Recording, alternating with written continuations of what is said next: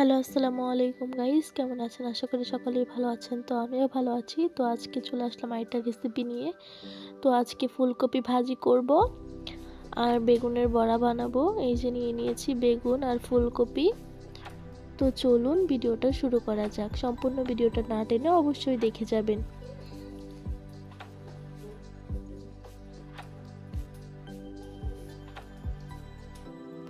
আমি ফুলকপিটাকে ভাজি করার জন্য ছোট ছোট করে কেটে নিব।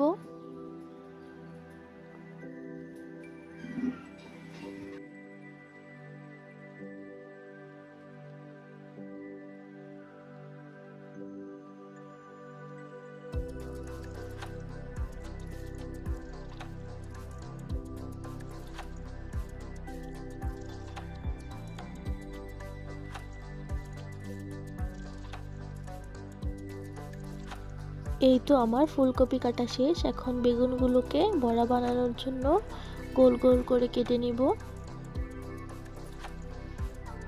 আমি 2টা বেগুন নিয়েছি বড়া বানানোর জন্য। বেগুনের বড়া খেতে অনেক মজা লাগে, এর জন্য আমি 2টা নিয়েছি।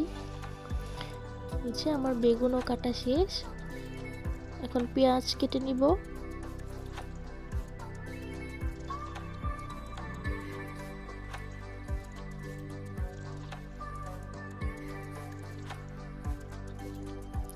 এখন ভাজির জন্য কিছু মরিচ কেটে নিব।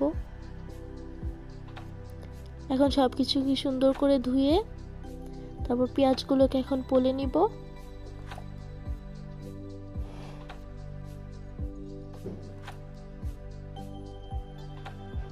আমার পেঁয়াজ ফোলা শেষ। এখন কাঁচামরিচগুলোকে কেটে নিব। এই তো আমার সবকিছু রেডি। এখন আমি বেগুন ভাজার জন্য দিয়ে দিব কিছুটা পরিমাণ মতো লবণ, তারপর দিয়ে দিব পরিমাণ মতো হলুদের গুঁড়ো, তারপর দিয়ে দিব কিছুটা মরিচের গুঁড়া, দিয়ে সুন্দরভাবে মেখে নিব।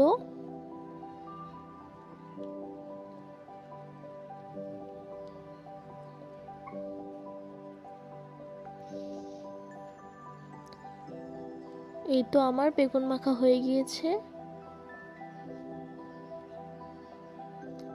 এখানে আমি মাছও নিয়ে নিয়েছি, মাছটা ভাজবো। তো মাছটা ভাজার জন্য পরিমাণ মতো লবণ, হলুদের গুঁড়া, মরিচের গুঁড়া দিয়ে সুন্দরভাবে মেখে নিব।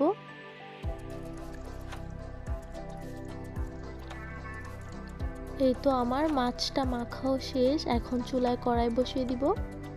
প্রথমে আমি ভাজিটা করে নিব, তার জন্য কড়াইয়ে পরিমাণ মতো তেল দিয়ে দিব। তারপর দিব পেঁয়াজ কুচি, কাঁচামরিচ কুচি দিয়ে সুন্দরভাবে পেঁয়াজটাকে লাল করে ভেজে নিব। পেঁয়াজটা ভাজা হয়ে গেলে পরিমাণ মতো লবণ, হলুদের গুঁড়া দিয়ে মিক্স করে তারপর আমি দিয়ে দিব কেটে রাখা ফুলকপিগুলো, দিয়ে সুন্দরভাবে মিক্স করে নিব। এখন এটাকে কিছুক্ষণের জন্য ঢেকে দিব। কিছুক্ষণ পরে খুলে নাড়াচাড়া করব। এভাবে নাড়াচাড়া করে ভাজা ভাজা করে নামিয়ে ফেলবো। এই তো আমার ভাজি হয়ে গিয়েছে। চুলায় আবার কড়াই বসিয়ে দিব, তেল দিয়ে দিব। এখন এগুলোকে মাছগুলোকে ভেজে নিব।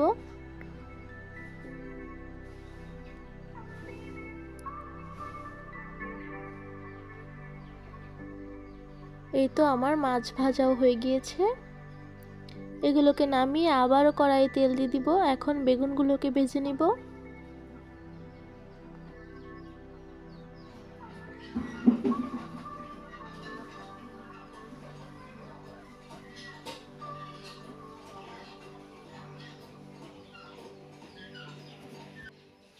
এই তো আমার বেগুন ভাজাও হয়ে গিয়েছে।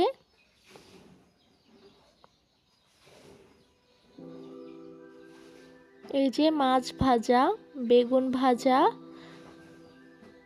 তারপর আছে এই যে ফুলকপি ভাজি।